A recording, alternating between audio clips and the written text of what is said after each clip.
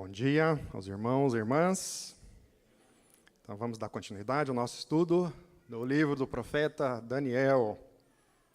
Antes de iniciar, então vamos orar mais uma vez. Senhor, nós te agradecemos pelo dia de hoje, te agradecemos por cada vida aqui, te agradecemos pelo teu cuidado. Sabemos que realmente a tua mão tem estado sobre nós, em momentos mais difíceis, em momentos alegres, ó Pai, mas nós sabemos que as nossas vidas estão nas suas mãos, ó Pai. Muito obrigado mais uma vez por essa oportunidade, estudarmos a tua palavra. Fala conosco, ó Pai, realmente através da tua palavra. E realmente o Senhor possa fixar nos nossos corações e mentes aquilo que o Senhor quer falar com cada um de nós hoje. Pedimos perdão pelos nossos pecados, sabemos que nós somos falhos, limitados, pecadores, mas sabemos que o preço do nosso pecado já foi pago naquela cruz. Muito obrigado, é o que te pedimos, te agradecemos, em nome de Jesus. Amém, Senhor. Estamos em qual capítulo do livro do profeta Daniel? 5. Esses bons alunos, como é bom ter bom aluno, viu? O professor adora bom aluno, né? Tem um aluno que é tão bom que bota o professor em aperto, mas não tem problema. Tá? Então, vamos lá. Então, estamos estudando o livro de Daniel. E no capítulo 5 nós vamos ver a festa do rei Belsazar. Esse é um quadro do pintor famoso Rembrandt, que retrata esta festa, relatada no capítulo 5 do livro do profeta Daniel.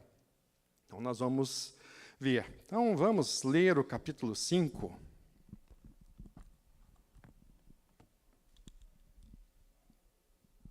Então, o banquete do rei Belsazar. A escrita na parede. Estou lendo na NVI. Acho que eu vou ler na ARA. Então, o rei Belsazar deu um grande banquete a 1000 dos seus grandes e bebeu vinho na presença dos 1000. Então, o rei Belsazar deu um grande banquete. Para quantos, mais ou menos? 1000 dos seus grandes nobres. Evento público ou um evento extremamente privado, limitado? O que vocês acham? Foi uma festinha para 5, 6, ficou bem guardadinha, ou foi um evento daqueles que a cidade ficou sabendo? Uma festa para 1000. Dá uma festa para 1000 aqui em Ponta Grossa. E aí? Dá para segurar a fofoca entre 1000? Não dá, né? É um evento absolutamente público, gente. Por que eu digo isso? Eu sempre digo, a Bíblia não tem receio de confronto, de questionamento.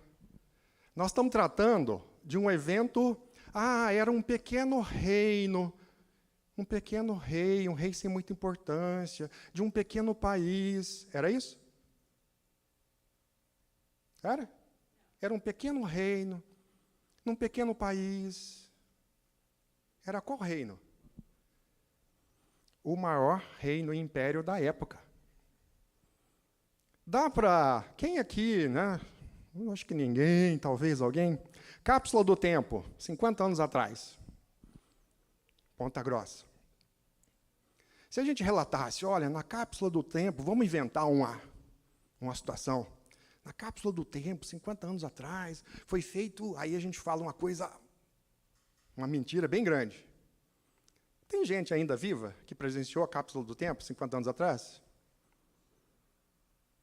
Se a gente inventasse uma grande mentira lá 50 anos atrás, alguém poderia hoje dizer, opa, isso não é verdade, não.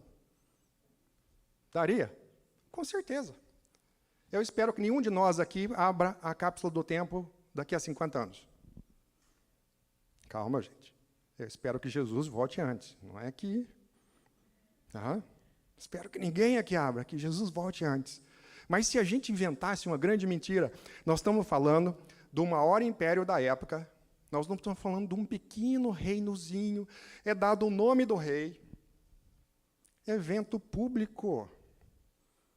Nós vamos ver no final aqui, esse evento relatado em Daniel, relata a transição entre dois grandes impérios. Isso é público ou isso foi um fato extremamente limitado, privado, não verificável? Transição entre dois grandes impérios da época. Evento público, facilmente verificável. Ô, Daniel, mas não escreve demais aqui não, senão vão descobrir que você não está falando a verdade. Aí o que Daniel responde? Não tem problema. O que eu estou relatando aqui é verdade. Quer ver um outro exemplo? Lá quando Jesus foi crucificado. Que eventos públicos nós podemos relatar lá? Eventos que todo mundo percebeu. Escuridão, houve trevas. 50 anos atrás, na cápsula do tempo, quando fecharam a cápsula do tempo, houve trevas por 6 horas aqui em Ponta Grossa. Opa, diminua aí, gente. Não vamos inventar tanto aí. Mas lá no relato da crucificação de Jesus, relata, houve trevas por várias horas durante o dia. Evento público ou evento público. A Bíblia não tem receio de ser específica, de ser questionada. Depois, outro evento público que aconteceu lá. Terremoto. Houve terremoto só lá no Jardim América. Evento público. Então, nós estamos falando que o rei Belsazar deu um grande banquete a 1000 dos seus grandes e bebeu vinho na presença dos 1000. Enquanto Belsazar bebia e apreciava o vinho, mandou trazer os utensílios de ouro e de prata que Nabucodonosor, aqui no texto vai dizer seu pai, depois a gente comenta um pouquinho sobre essa questão de seu pai. Então, o rei Belsazar, enquanto bebia e apreciava o vinho, mandou trazer os utensílios de ouro e prata que Nabucodonosor tirara do templo que estava em Jerusalém, para que neles bebessem o rei, os seus grandes, as suas mulheres e concubinas. Então trouxeram os utensílios de ouro, que foram tirados do templo da casa de Deus, que estava em Jerusalém, e beberam neles o rei, os seus grandes, as suas mulheres e concubinas. Beberam o vinho e deram louvores aos deuses de ouro, de prata, de bronze, de ferro, de madeira e de pedra. Enquanto eles bebiam, ainda deram louvores aos deuses minúsculos, de ouro, de prata, de bronze, de ferro, de madeira e de pedra. No mesmo instante, apareceram uns dedos de mão de homem e escreviam, defronte do candeeiro, na caiadura da parede do palácio real. E o rei via os dedos que estavam escrevendo. Então se mudou o semblante do rei, e os seus pensamentos o turbaram. As juntas dos seus lombos se relaxaram, e os seus joelhos batiam um no outro. O rei ordenou em alta voz que se introduzissem os encantadores, os caldeus, os feiticeiros. Falou o rei e disse aos sábios da Babilônia: qualquer que ler esta escritura e me declarar a sua interpretação, será vestido de púrpura, trará uma cadeia de ouro ao pescoço e será o terceiro no meu reino. Por que será o terceiro no reino e não o segundo? A gente já vai comentar sobre isso também. Então, o rei Belsazar prometeu: quem interpretar o sonho, a escrita na parede, vai ser colocado como o terceiro do reino, não o segundo. Então, vamos ver por que o terceiro do reino. A gente já vê. Então, entraram todos os sábios do rei, mas não puderam ler a escritura, nem fazer saber ao rei a sua interpretação. Com isto se perturbou muito o rei Belsazar, e mudou-se-lhe o semblante, e os seus grandes estavam sobressaltados. A rainha-mãe, por causa do que havia acontecido ao rei e aos seus grandes, entrou na casa do banquete e disse: ó rei, vive eternamente. Não te turbem os teus pensamentos, nem se mude o teu semblante. Há no teu reino um homem que tem o espírito dos deuses santos. Nos dias de teu pai se achou nele luz e inteligência e sabedoria, como a sabedoria dos deuses. Teu pai, o rei Nabucodonosor, sim, o teu pai, ó rei, o constituiu chefe dos magos, dos encantadores, dos caldeus e dos feiticeiros, porquanto espírito excelente, conhecimento e inteligência, interpretação de sonhos, declaração de enigmas e solução de casos difíceis se acharam neste Daniel, a quem o rei pusera o nome de Beltesazar. O rei é Belsazar. O nome de Daniel, que foi dado por Nabucodonosor, é Beltesazar. Chame-se, pois, a Daniel, e ele dará a interpretação. Então Daniel foi introduzido à presença do rei. Falou o rei e disse a Daniel: És tu aquele Daniel, dos cativos de Judá, que o rei meu pai trouxe de Judá? Tenho ouvido dizer a teu respeito que o Espírito dos deuses está em ti, e que em ti se acham luz, inteligência e excelente sabedoria. Acabam de ser introduzidos à minha presença os sábios e os encantadores para lerem esta escritura e me fazerem saber a sua interpretação, mas não puderam dar a interpretação dessas palavras. De novo, os sábios lá da Babilônia não puderam, como não deram a interpretação do sonho da Nabucodonosor, e nem sabiam qual que é o sonho, né? Muito menos sabiam qual que é o sonho. De novo, os sábios não podiam dar a resposta que o rei queria, a interpretação daquela escrita na parede. Eu, porém, tenho ouvido dizer de ti que podes dar interpretações e solucionar casos difíceis. Agora, se puderes ler essa escritura e fazer-me saber a sua interpretação, serás vestido de púrpura, terás cadeia de ouro ao pescoço, e serás o terceiro no meu reino.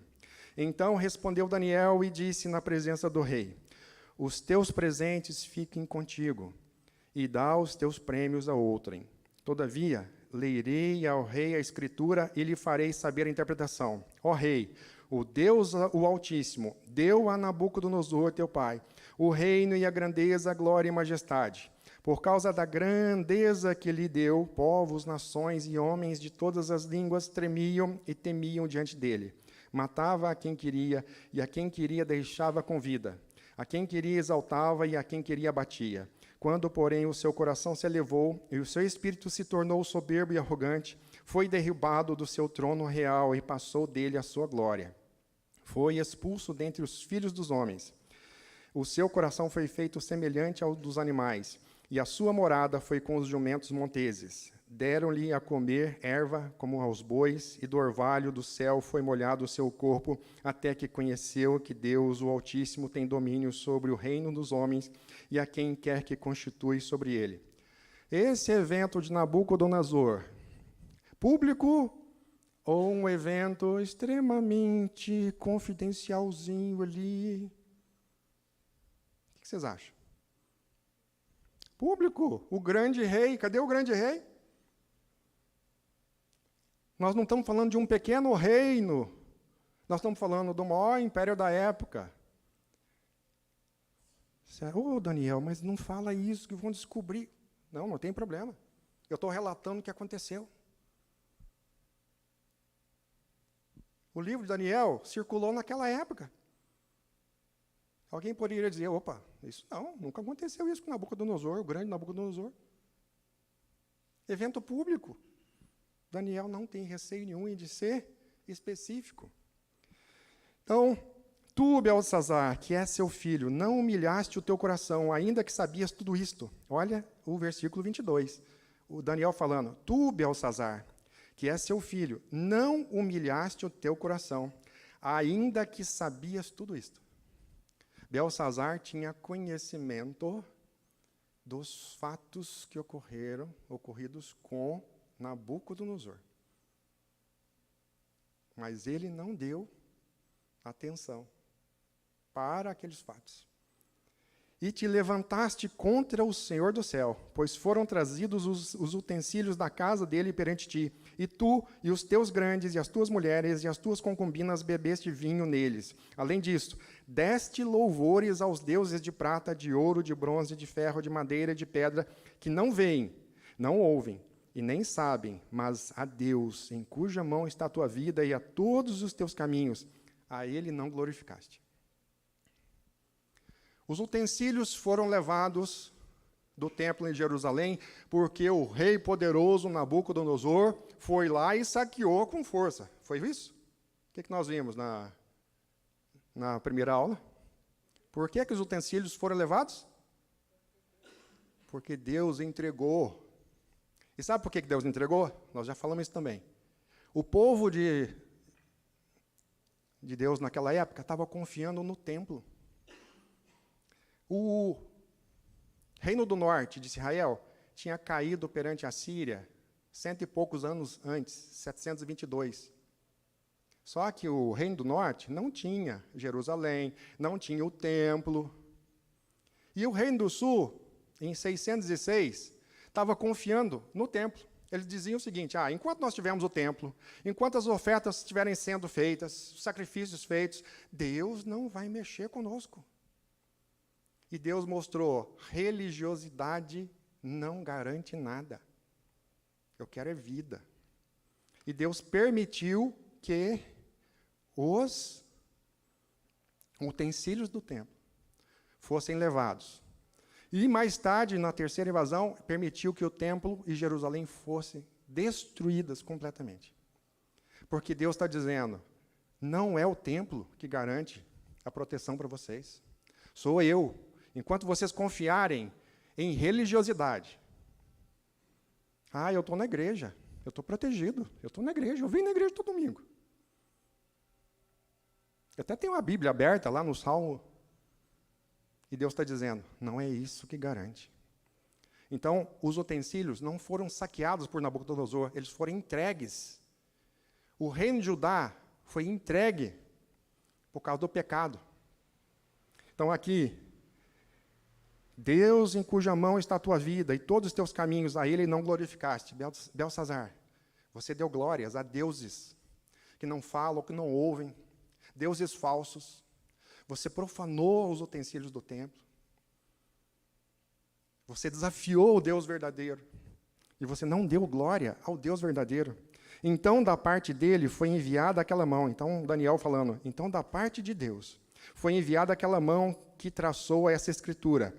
Esta, pois, é a escritura que traçou. Mene, Mene, Tekel e Parsim. Esta é a interpretação daquilo. Mene, contou Deus o teu reino e deu cabo nele. Deus disse: basta. Chegou o fim. A paciência de Deus chegou ao fim com você. Contou Deus o teu reino e deu cabo dele. Tekel, pesado foste na balança e achado em falta. Você não está valendo muita coisa. Você está em falta. Você foi pesado na balança. Está leve demais. Você não tem densidade. Você não tem conteúdo. Você foi pesado na balança e foi achado em falta. Pérez, dividido foi o teu reino e dado aos medos e aos persas. Então, nós vamos ver a primeira transição de impérios. Lembra o sonho da estátua de Nabucodonosor? No segundo ano de Nabucodonosor. Nós estamos em que época agora? Daniel está com mais ou menos quantos anos agora? Daniel foi levado adolescente. Lá, quando Nabucodonosor o levou junto com... Quais são os nomes dos 3 amigos de Daniel? Mas não os nomes dados por Nabucodonosor. Os nomes... Quais são os 3 nomes? Ananias, Misael e Azarias. Eu, inclusive, tinha muito costume de falar Sadraque, Mesaque e Abednego. Não fala isso não. Fala Ananias, Misael e Azarias. Que os outros nomes são nomes dados em louvor a divindades pagãs. A gente ainda fala muito Daniel, né, em vez de Beltesazar. Mas não vamos ficar falando Sadraque, Mesaque e Abednego? Vamos falar Ananias, Misael e Azarias. Quando eles foram levados, adolescentes. Que idade mais ou menos agora tem Daniel, nesse relato do capítulo 5? Nós já estamos vivendo a transição do Império Babilônico para o Império Medo-Persa. Daniel já está na faixa dos 80 anos, já está se aproximando, e no próximo capítulo nós vamos ver Daniel na cova dos leões. Então, nós já não estamos falando com um jovenzinho, já estamos falando com um senhor experiente, maduro, temente a Deus, que durante toda a sua vida, né, foi um exemplo, como jovem, como um homem adulto e agora como um idoso. Então, nós estamos falando dessa faixa. Nós estamos falando mais ou menos de 20 anos após aquele sonho que o Nabucodonosor teve no capítulo 4, que foi a aula passada. Então, nós já vamos vendo. Nabucodonosor já se foi. Já morreu em 562 a.C., nós estamos no ano 539 a.C., mais de 20 anos depois do capítulo 4, daquele sonho de Nabucodonosor. Então, quando Daniel revelou a escrita na parede. Então, Pérez, dividido foi o teu reino e dado aos medos e aos persas. Então mandou Belsazar que vestissem Daniel de púrpura e lhe pusessem cadeia de ouro ao pescoço e proclamassem que passaria a ser o terceiro no governo do seu reino. Novamente, por que será que o rei Belsazar disse, Daniel vai ser o terceiro? E por que não o segundo? Já vemos. Naquela mesma noite, foi morto Belsazar, rei dos caldeus.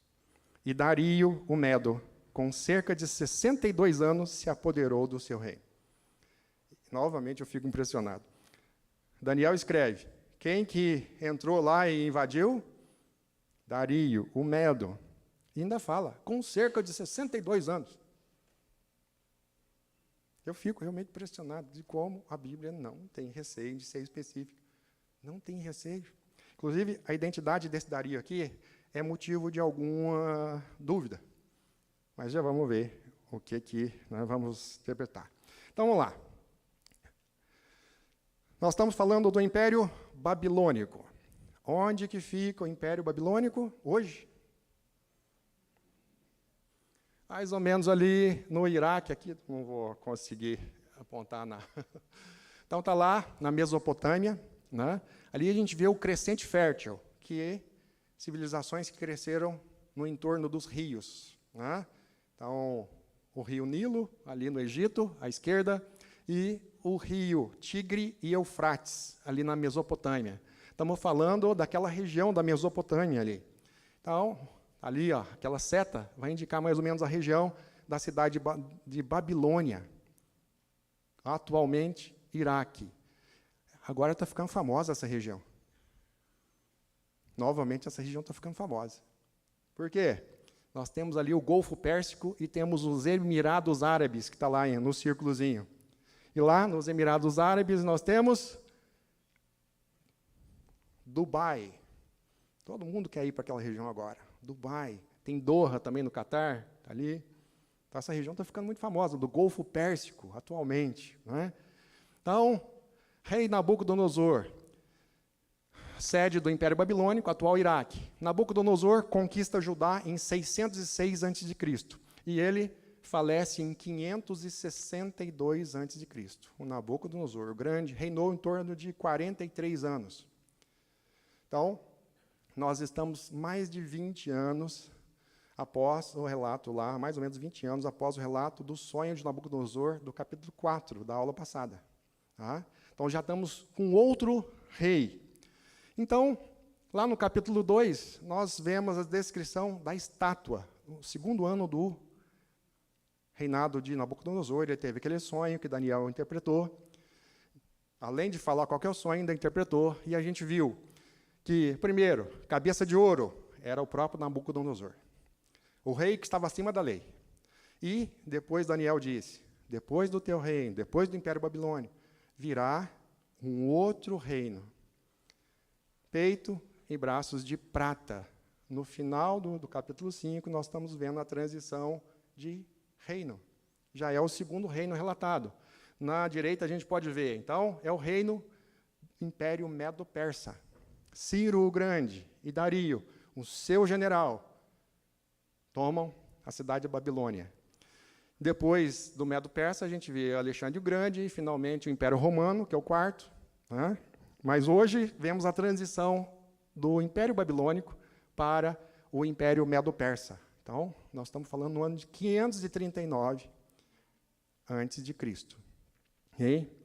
Então, vamos lá.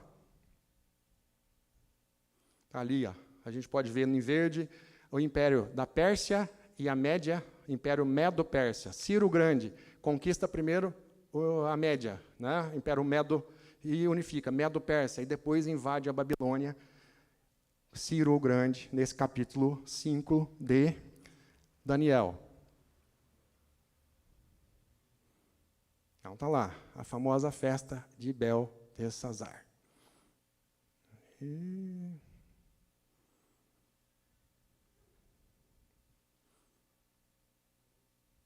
Parou. Então está lá. Bom, deixa eu ver se não passou demais.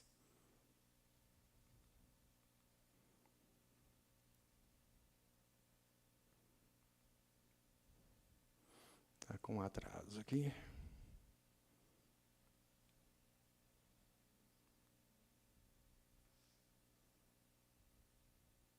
Poxa.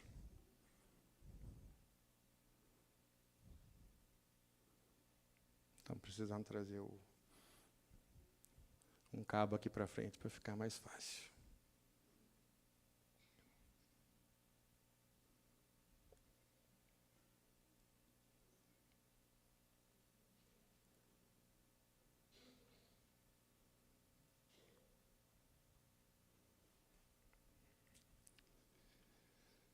Passa, por favor, Pierce. Pedir ajuda ali aqui. Pode passar mais uma, por favor. Pode passar. Pode passar. Pode passar. Mais, por favor. Pode passar. Mais uma. Mais uma. Então, será que a arqueologia confirma esse evento do capítulo 5? Nós vamos ver o cilindro de cuneiforme descoberto em 1879 nas ruínas da cidade de Babilônia. Então, um cilindro cuneiforme, achado arqueológico. Está no Museu Britânico de Londres, esse cilindro cuneiforme. E ele relata a conquista da Babilônia por Ciro. Pode passar mais uma. Lá ele vai dizer, esse cilindro relata do ponto de vista deles, não do ponto de vista do livro de Daniel. Ele vai dizer, Marduk, que é o rei babilônico, ordenou que Ciro, então o grande, Ciro o Grande, ordenou o rei deles, esse é relato deles. Marduk, o rei, lá, o deus babilônico, ordenou que Ciro marchasse contra a sua cidade de Babilônia, sem nenhuma batalha. Ele o fez entrar na cidade de Babilônia, poupando a cidade da destruição. Sabe como é que Dario invadiu a cidade? Sem nenhuma destruição. Primeiro, o que estava tendo? O que o rei estava fazendo? Uma grande festa, bêbado, e com seus nobres, com seus líderes. Sabe o que Dario? Dario já estava cercando a cidade. Só que os muros da cidade de Babilônia eram inexpugnáveis, eram tão fortes, altos, em tanto altura quanto largura, que Belsazar falou, não, pode ficar à vontade aí, que eles não vão entrar. Sabe o que Dario fez? Isso é relatado por historiadores, por exemplo, gregos. A cidade de Babilônia, o rio Eufrates passava por baixo dela, porque ela cresceu muito e ela passou para os dois lados do rio Eufrates. Tinha portões, obviamente. Dario desviou o rio Eufrates e entrou com o rio baixinho, com seus exércitos, pelo portão de baixo e chegou direto lá no palácio onde estava tendo a festa. Não teve nem guerra. Simplesmente entrou, matou o rei Belsazar, mudança de império. Pareceu tão fácil, mas é que Dario já estava cercando a cidade. E o rei, bêbado, na orgia, nas festas, não estava nem aí para uma ameaça, achando que ele estava seguro. Então, esse é um relato arqueológico, isso não é Bíblia, cilindro cuneiforme, relatando a invasão de Ciro, particularmente através do seu general Dario, à cidade de Babilônia. Pode passar, por favor? Próximo. Outro texto, agora um relato babilônico do mesmo evento, encontrado esse texto cuneiforme, 1882, versão babilônica do mesmo ataque de Ciro e do seu general Dario à cidade da Babilônia. Pode passar mais um. Ele vai dizer, no mês de Tamos, junho e julho, Ciro, que quando combateu em Iopes, conquistou os soldados de Acade, que é a Babilônia, quando eles se reuniram, foram mortos. No 16º dia, Gobrias, que isto é Dario, que era governador das terras de Gutium, com os soldados de Ciro, entrou em Babilônia sem batalha. Relato arqueológico. Tudo que está na Bíblia tem confirmação arqueológica? Não, nem tudo. E aí você fica com quem? Pode passar mais uma. Nos relatos, nos registros históricos, o último rei babilônico é Nabonido, e não Belsazar. Nos relatos históricos, nos registros históricos, o último rei babilônico é Nabonido, e não Belsazar. Mas será que Daniel está errado? Em 1850, alguns autores alemães chegaram a alegar que o rei Belsazar não existia em lugar nenhum, exceto nos relatos de Daniel. 1850. Estudiosos alemães dizendo, não, Belsazar é uma invenção do profeta Daniel. Não foi encontrado nada. E aí, pode passar mais uma. Em 1854, arqueólogos ingleses descobriram um cilindro cuneiforme lá nas ruínas da cidade de Babilônia. Pode passar mais um? E nesse cilindro cuneiforme é relatado que Nabonido é mencionado como o último rei babilônico, mas é feita menção ao seu filho mais velho, Belsazar. Então, nesse cilindro cuneiforme é feita a menção ao filho mais velho do rei Nabonido. E se não tiver confirmação arqueológica, você fica com quem? Quando eu fazia engenharia química, o primeiro lugar geral do vestibular que entrou comigo foi meu colega, chamava Rogério Santos Moll. Um cara brilhante, eu nunca vi, eu não tive experiência, mas você já jogou com um profissional de futebol? E você acha que joga bem, de repente você vai jogar com um profissional e fala, nossa, eu sou uma criança. Quando eu entrei na engenharia química, eu me senti uma criança. O cara só tirava total. Depois de 6 meses do curso, a professora de cálculo diferencial integral chegou para ele, e o cara ainda chamava Rogério Santos Moll, para deixar ele mais complexado. Ele fazia engenharia química e ainda tinha Moll no nome, né? Depois de 6 meses, terminou a disciplina de CDI, eu vi a professora de cálculo diferencial integral, chegou para ele, Moll, estou te convidando para você ser monitor de uma disciplina do 6º período do curso de matemática. Toma o livro. Porque o cara era tão brilhante, tão acima, que não precisava fazer a disciplina. E aí, mais de uma vez, um professor, de repente, falava alguma coisa e o Moll falava, não, não é isto. Aí um colega meu dizia, eu fico com o Moll.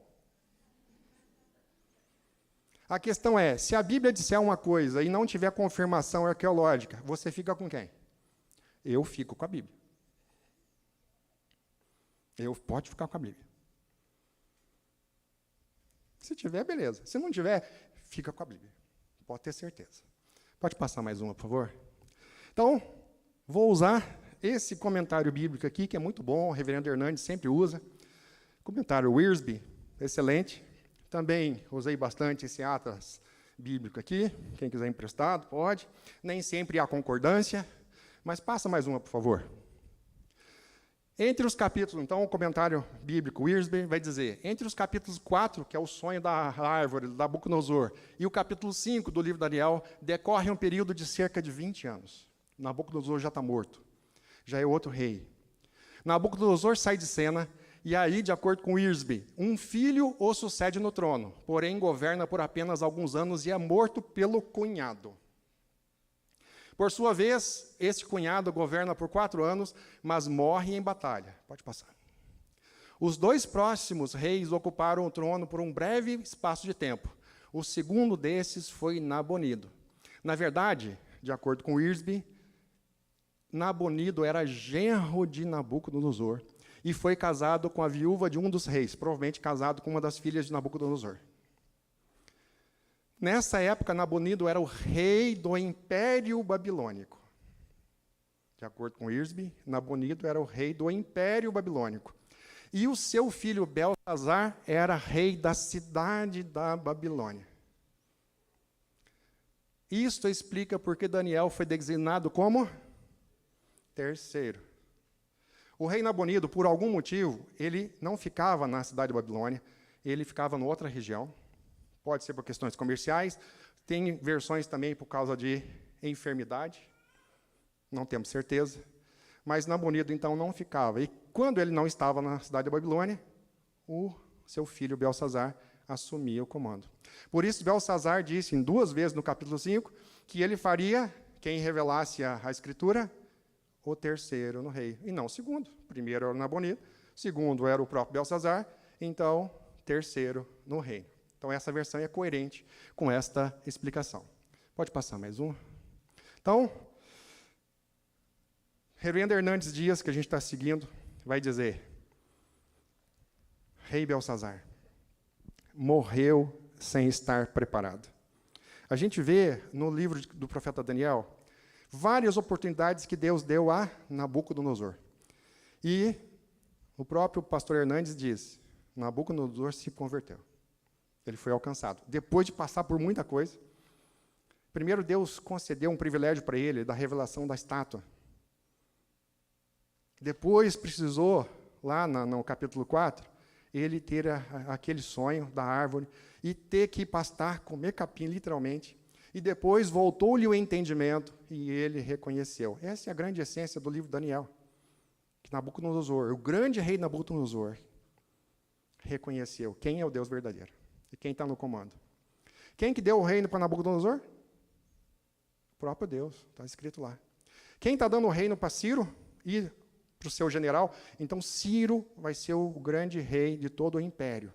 E particularmente Dario, de acordo com essa versão aqui, é o seu general que estava, por designação de Ciro, governando a região da Babilônia. Essa é uma das interpretações. Tem outras dúvidas? Tem também. Mas essa é a interpretação que eu considero mais coerente. Então, Belsazar, nesse capítulo, Daniel fala muito claramente que ele tinha conhecimento de tudo o que aconteceu com Nabucodonosor. De acordo com o que nós vemos aqui, então Belsazar não seria filho direto de Nabucodonosor, mas descendente de Nabucodonosor, provavelmente um neto de Nabucodonosor. A Bíblia vai dizer filho, tem outras versões que vai dizer o seu predecessor, Nabucodonosor. Mas em várias situações a gente vai dizer filho, filho de Davi, filho, né? Então, mas era um descendente direto, muito próximo de Nabucodonosor, que tinha conhecimento de tudo. E o pastor Hernandes vai dizer, no comentário expositivo dele, Belsazar morreu sem estar preparado.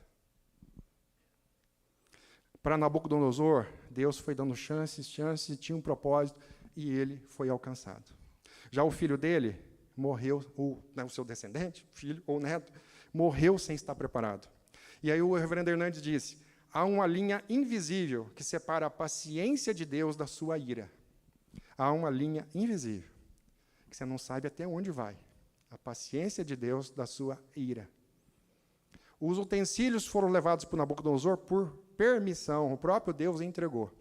Mas não entregou os utensílios do templo para uma orgia daquela, para uma blasfêmia daquela, para dar glórias a outros deuses. Embora Belsazar soubesse de tudo o que aconteceu com o Nabucodonosor. Ele ignorou. Na verdade, o que ele diz? Esse Deus aí, será que é Deus mesmo? Eu vou dar glória para os meus deuses aqui. Será que existe esse Deus mesmo?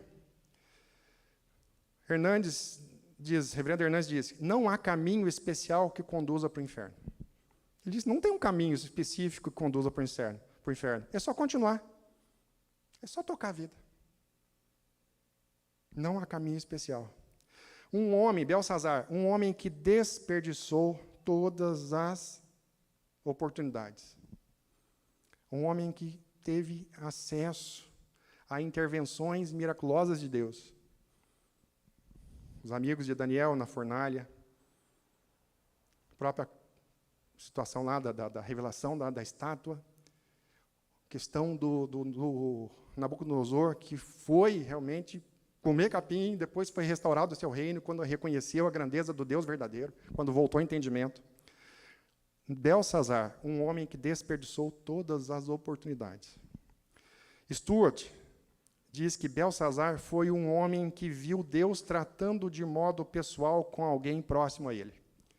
Belsazar foi um homem que viu Deus tratando de modo pessoal com uma pessoa muito próxima a ele. Vou fazer uma pergunta. Você pode dar um testemunho da ação de Deus na sua vida na última semana? Tá bom, vamos expandir um pouquinho. Você pode dar um testemunho da intervenção de Deus, da ação de Deus na sua vida no último mês? Vamos ajudar mais um pouquinho. Você pode dar um testemunho da intervenção de Deus na sua vida no último ano? Você percebe Deus agindo na tua vida em algum momento, no último ano? Tá bom. Você pode dar algum testemunho da ação de Deus na sua vida em algum momento da sua vida.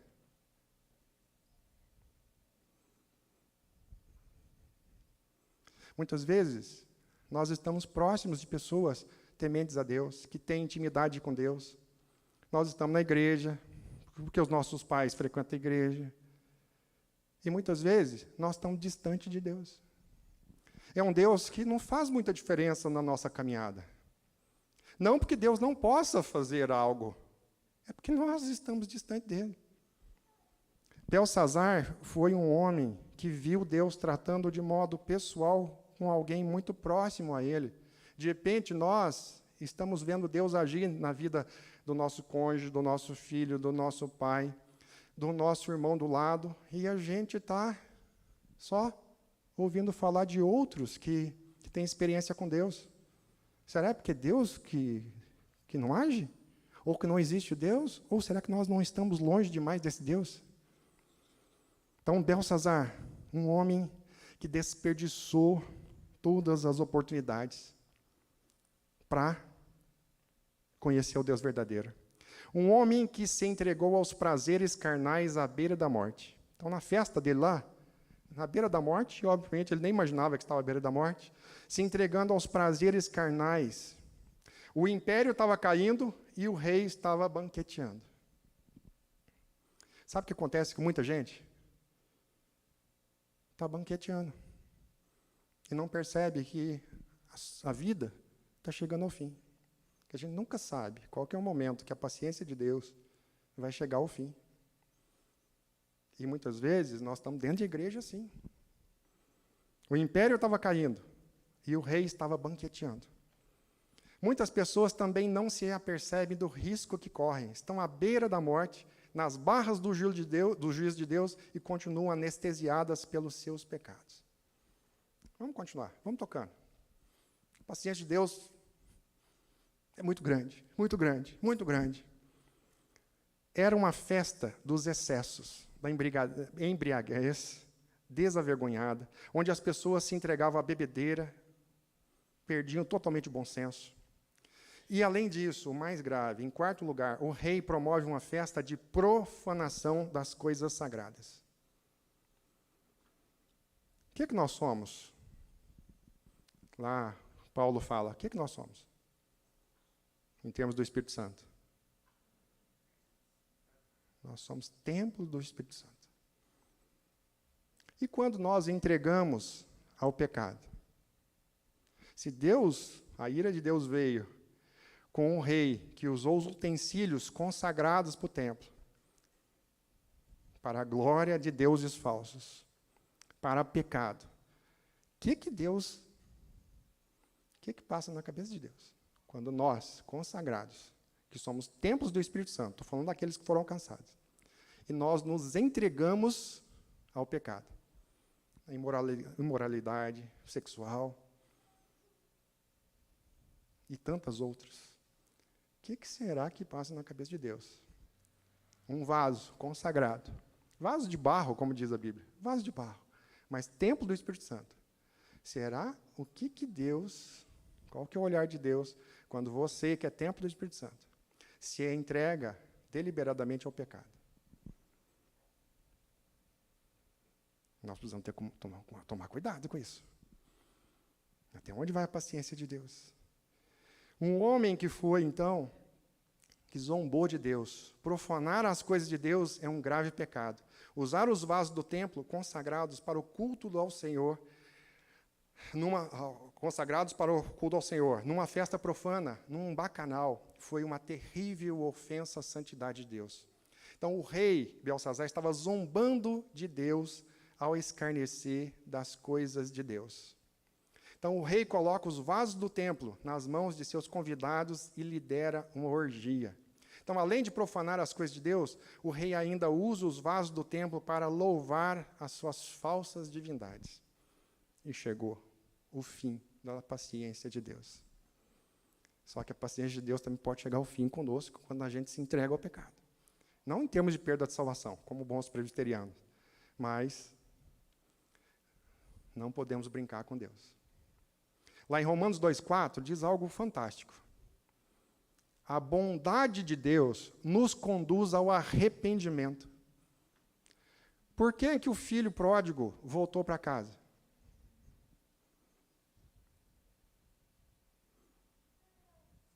Porque ele lembrou, puxa, eu lembrei como era meu pai. Romanos 2,4 diz que a bondade de Deus nos conduz ao arrependimento. A bondade de Deus não é para nos conduzir a orgias. Deus é bom, Deus não vai fazer nada. A bondade de Deus deve nos constranger ao arrependimento, à busca de santidade. Será que nós temos sido constrangidos pela bondade de Deus na busca de santidade? Um homem que foi solenemente perturbado, que aí vem, né, a escrita na parede. Então, reverendo Hernandes diz, se uns dedos, escrevendo silenciosamente umas poucas palavras, causaram tão grande pavor, como, portanto, se sentirão os pecadores quando virem o Senhor em toda a plenitude de sua glória e ouvirem a sua voz proferindo a terrível sentença? Já imaginou quando nós estivermos diante de Deus, diante de Jesus, como o Senhor e Salvador, como o Deus Todo-Poderoso? Como nós vamos nos sentir se nós estivermos abertamente em pecado, numa situação de desprezo para as coisas de Deus? Então, é muito séria essa situação. Quanto mais luz temos, mais responsáveis nós somos. E cada vez que a gente estuda aqui, mais responsáveis nós somos. A quem muito é dado, muito será cobrado. Tem feito diferença na nossa vida? Os estudos que nós temos feito aqui na IBD? Ou é mais conhecimento, mais conhecimento, mais conhecimento, e toca a vida? É igual a orquestra lá no Titanic, né? Está afundando, mas vamos tocar a vida. Ou será que nós estamos realmente com Deus dizendo, a bondade de Deus nos conduz ao arrependimento? Quanto mais luz temos, mais responsáveis nós somos. Então, um homem que foi condenado no tribunal de Deus, aí tem toda a questão, né, das palavras, né? Será que nós temos, como nós estamos diante de Deus? Nós vamos ver, lá em Eclesiastes 12, 1 e 6, diz assim, lembra-te do teu Criador nos dias da tua mocidade. Olha o exemplo de Daniel. Daniel foi um homem que lembrou dos dias do Criador dele, na mocidade, na fase adulta, na fase idosa. Um homem que lembrava, que sabia que Deus estava presente. Lá em Eclesiastes ainda diz, lembra-te do teu Criador nos dias da tua mocidade, antes que venham os maus dias e cheguem os anos dos quais dirás, não tenho neles prazer. Antes que se rompa o fio de prata, e que se despedace o copo de ouro, e que se quebre o cântaro junto à fonte, e se desfaça a roda junto ao poço, e o pó volte à terra como era, e o espírito volte a Deus que o deu.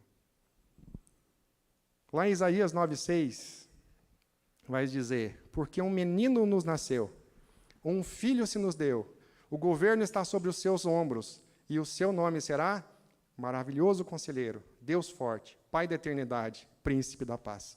Pode passar mais uma, por favor? Pode passar. Lá no sonho de Nabucodonosor, a gente viu 4 impérios. Nabucodonosor, Império Babilônico, depois a transição para o Império Medo-Persa, depois o Império grego, Alexandre o Grande, finalmente o Império Romano. E nos tempos desse 4º império, o Império Romano, uma grande pedra, sem auxílio de mãos humanas, foi cortada e se solta de uma montanha. E essa pedra rola e atinge os pés da estátua. E estragaça essa estátua. Esse é um império, um reino, que não terá fim. Qual que é esse reino?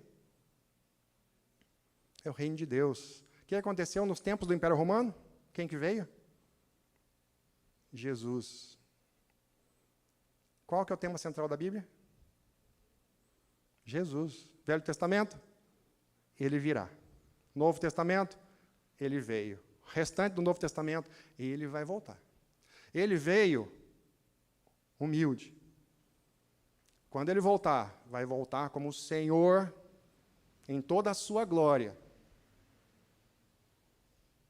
Esse reino não é um reino político. É um reino que transforma vidas. Mas não tem nada que esteja fora do seu domínio. A gente está vendo Daniel, quem está no controle da história? Quem coloca reis e tira reis? Nós estamos vendo que é Deus Todo-Poderoso. Mas esse reino aí, é o reino de Deus. Quando Jesus veio, você já faz parte desse reino?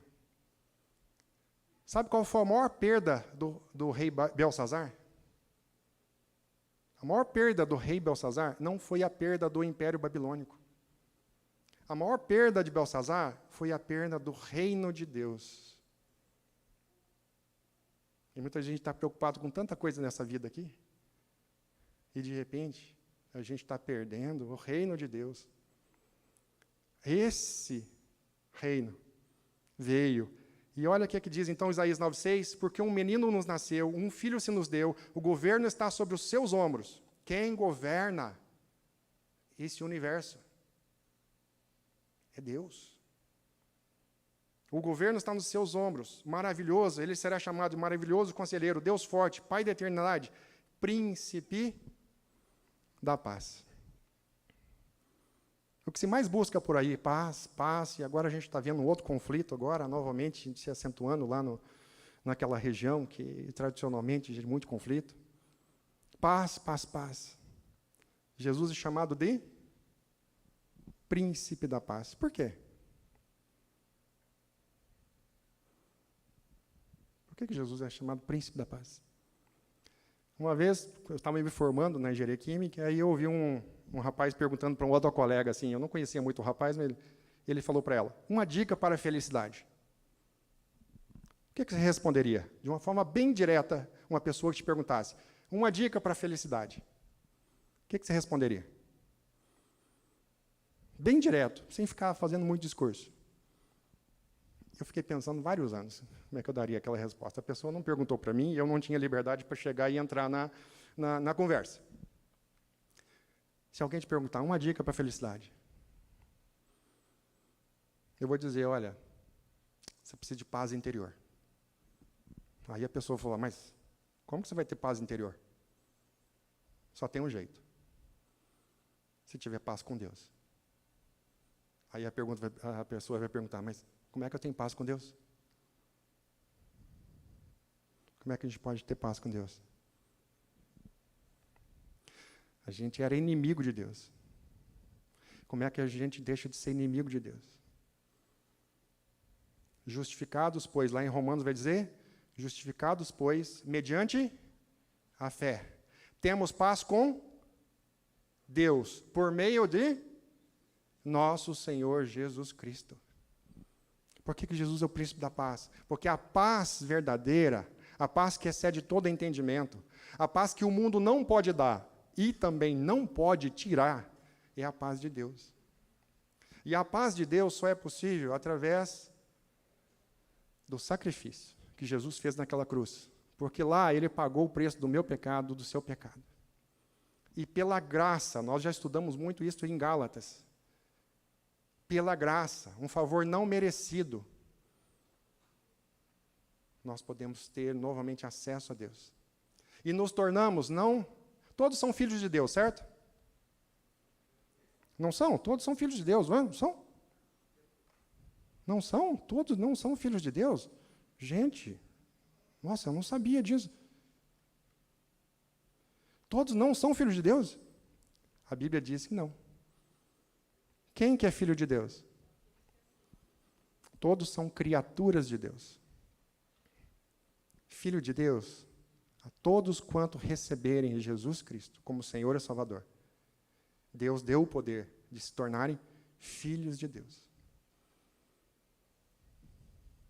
A sociedade acha, eu também sou filho de Deus. Se você quer ser filho de Deus, então receba Jesus Cristo como Senhor e Salvador. Aí você vai ter a paz que excede todo entendimento. É uma paz que, apesar das circunstâncias, que excede circunstâncias, Jesus, o príncipe da paz. A pergunta é, você já conhece o príncipe da paz?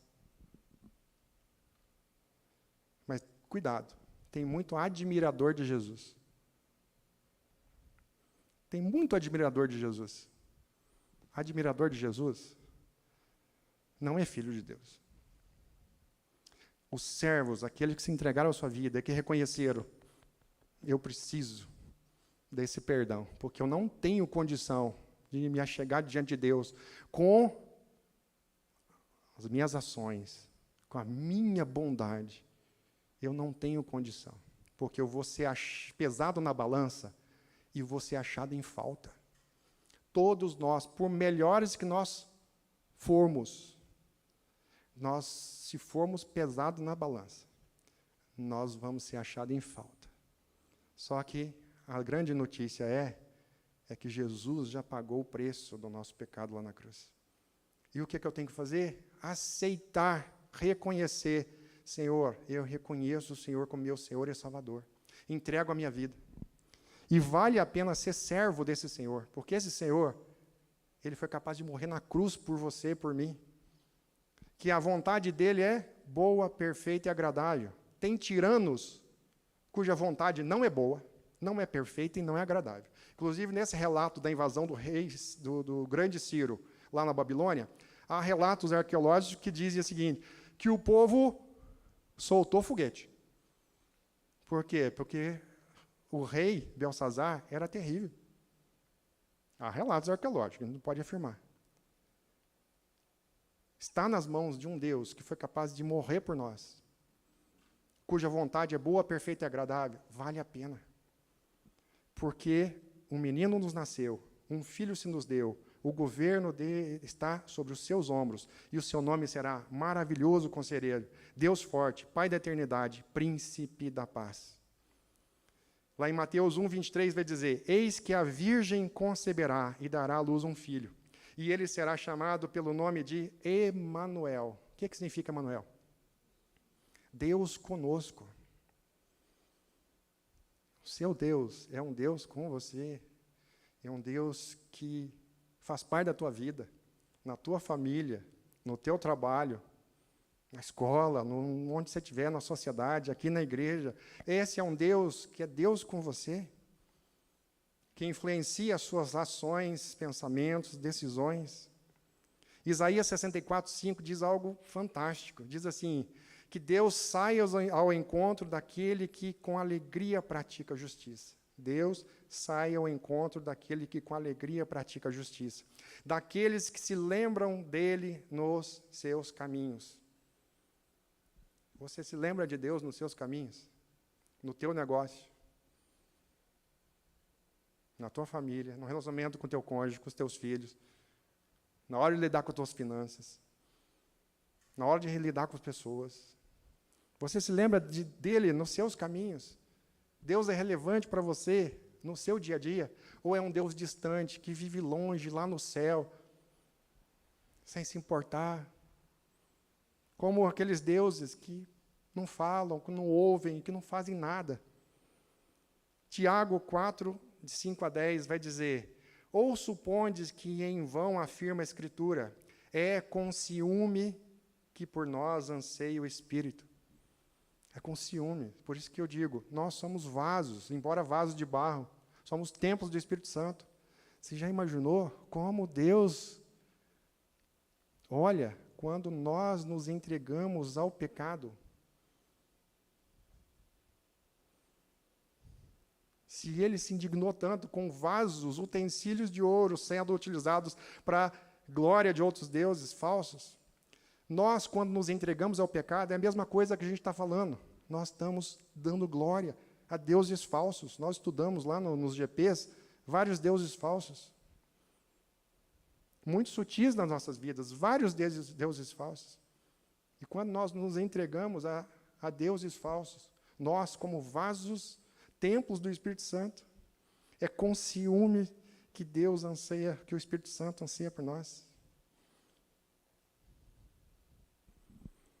Isaías 55:6 diz o seguinte: buscai ao Senhor enquanto se pode achar, invocai-o enquanto está perto. Essa é a advertência que Belsazar não ouviu. Busque ao Senhor enquanto se pode achar, enquanto é tempo, porque a paciência de Deus pode chegar no fim. E o tempo para a gente tomar essa decisão é agora. Billy Graham diz que não decidir é decidir pelo não. Não decidir é decidir pelo não. Se eu tenho uma passagem aérea, estou indo lá para Dubai, e aí eu fico na dúvida, vou ou não vou? Aquela região agora está com conflito, vou ou não vou? Vou ou não vou? Vou ou não vou? A viagem é amanhã, vou ou não vou? Vou ou não vou? Aí eu não decido. E chega amanhã, o que aconteceu? Eu não decidi. Não decidir, de acordo com Billy Graham, é decidir pelo não. E Billy Graham fala um negócio muito importante. Se você não decidir, o tempo decide por você. E decide contra você. Não decidir é decidir pelo não. O tempo da oportunidade é agora. Se você é admirador de Jesus, de repente você está aqui, dentro da igreja, tua família tem testemunho, tem vida com Deus, mas você está como um admirador de Jesus. Admirador não é servo de Jesus, não é filho de Deus. O tempo é agora. Não perca a oportunidade, porque a gente nunca sabe qual é o tempo de Deus, limite, que Ele vai nos dar para essa decisão. Se nós já somos filhos de Deus, esse relato de Belsazar, dessa festa, é dizer, você é vaso consagrado a Deus. Cuidado, não entregue este templo para culto a outros deuses falsos. Não entregue o templo do Espírito Santo ao pecado. Esse é um alerta muito sério para mim e para você. Nós que somos já filhos de Deus, que entendemos e entregamos a nossa vida nas mãos de Jesus, que a nossa vida foi consagrada. Hoje nós pertencemos a um outro Senhor e nós não podemos entregar as nossas vidas ao pecado. Esse é um alerta. Se você ainda não faz parte, não tomou decisão, não perca tempo. O tempo é agora. Se você já tomou essa decisão, você é vaso consagrado. Viva em consagração a Deus. Imperfeitos? Sim, imperfeitos. Quando errar, se confessarmos os nossos pecados, Ele é fiel e justo para nos perdoar. Mas não para só no perdão. O que continua no versículo, em 1 João 9? Se confessarmos nossos pecados, Deus é fiel e justo para nos perdoar e nos purificar. Purificar é tirar o pecado, tirar a impureza. Então, Deus quer não só que a gente peça o perdão, para que a gente receba o perdão, mas Ele quer a purificação, a santificação. Então, esse é capítulo 5 do livro do profeta Daniel. Desafio para todos nós. Antes de encerrar, deixo 11 horas, de acordo com aqui. Deixo aberto, se alguém quiser fazer algum complemento, alguma consideração. Pode falar, gente. A gente acaba, por causa daqui da questão do microfone, normalmente eu gosto de perguntar muito mais e dar espaço para falar. Alguma consideração, algum complemento? Não? Pode perguntar, não tem problema. Se apertar, tem outros aqui para ajudar. E se não souber a pergunta, a gente passa para os pastores ou estuda. Na aula que vem a gente volta. Bom, vamos encerrar? Senhor, nós te agradecemos, ó Pai, realmente porque nós já te conhecemos, ó Deus, ó Senhor Jesus Cristo. Muito obrigado, porque aquele preço pelo nosso perdão foi pago naquela cruz. E hoje nós temos uma vida nova. Embora ainda imperfeitos pecadores, mas nós temos ferramentas sobrenaturais para nós vivermos uma vida diferente, uma vida de santidade. Cada vez mais caminhando rumo ao nosso padrão, que é o nosso alvo, que é Jesus Cristo. Sabemos que só alcançaremos esse alvo perfeitamente na glória. Ó Deus, mas o que Teu Espírito Santo possa trabalhar nas nossas vidas. Que realmente nós possamos, né, ter essa consciência da presença do Espírito Santo em nós. Que nós possamos ter a intimidade contigo. Que a gente possa ter a ousadia de buscar essa intimidade como Daniel teve. Mas ter a ousadia de te obedecer, de provar da Tua vontade, que é boa, perfeita e agradável. E também essa ousadia de descansar em Ti, em tudo aquilo que está fora do nosso controle. Como Daniel fez em vários momentos, ó Pai, confiando em Ti, sabendo que realmente as nossas vidas estão nas Tuas mãos. Muito obrigado por tudo que Você tem feito nas nossas vidas, ó Pai. Se tem alguém aqui que já foi alcançado, mas ainda não está com essa intimidade, não tem visto Deus agir de forma tão frequente em sua vida, ó Pai, o Espírito Santo visita, que essa pessoa possa realmente experimentar essa questão de obedecer, porque o Senhor não fica devendo nada a ninguém. E quando nós obedecemos, o problema passa a ser do Senhor. Quando nós não obedecemos, o problema é nosso e a gente não dá conta de resolver as coisas. Nós complicamos coisas pequenas, mas quando nós obedecemos, mesmo problemas grandes, eles são resolvidos, porque o Senhor está à frente. Não necessariamente da forma como a gente deseja, mas sabemos que o Senhor conduz as nossas vidas, conduz o nosso país, conduz esse planeta Terra, conduz esse universo, porque o Senhor é o Deus soberano, Criador dos céus e da terra. Um dia, sim, voltará, Senhor Jesus, com toda a honra e glória, como Senhor dos senhores, ó Pai. Mas nós queremos, antes disso, aproveitar o tempo de oportunidade que é hoje, para entregarmos as nossas vidas a Ti, Senhor. Muito obrigado pela Tua palavra, que realmente é fiel, que a Tua palavra é verdadeira e ela se cumpre. Muito obrigado por esse privilégio de estudar a Tua palavra. É isso que nós pedimos e te agradecemos, em nome de Jesus. Amém, Senhor. Bom almoço a todos.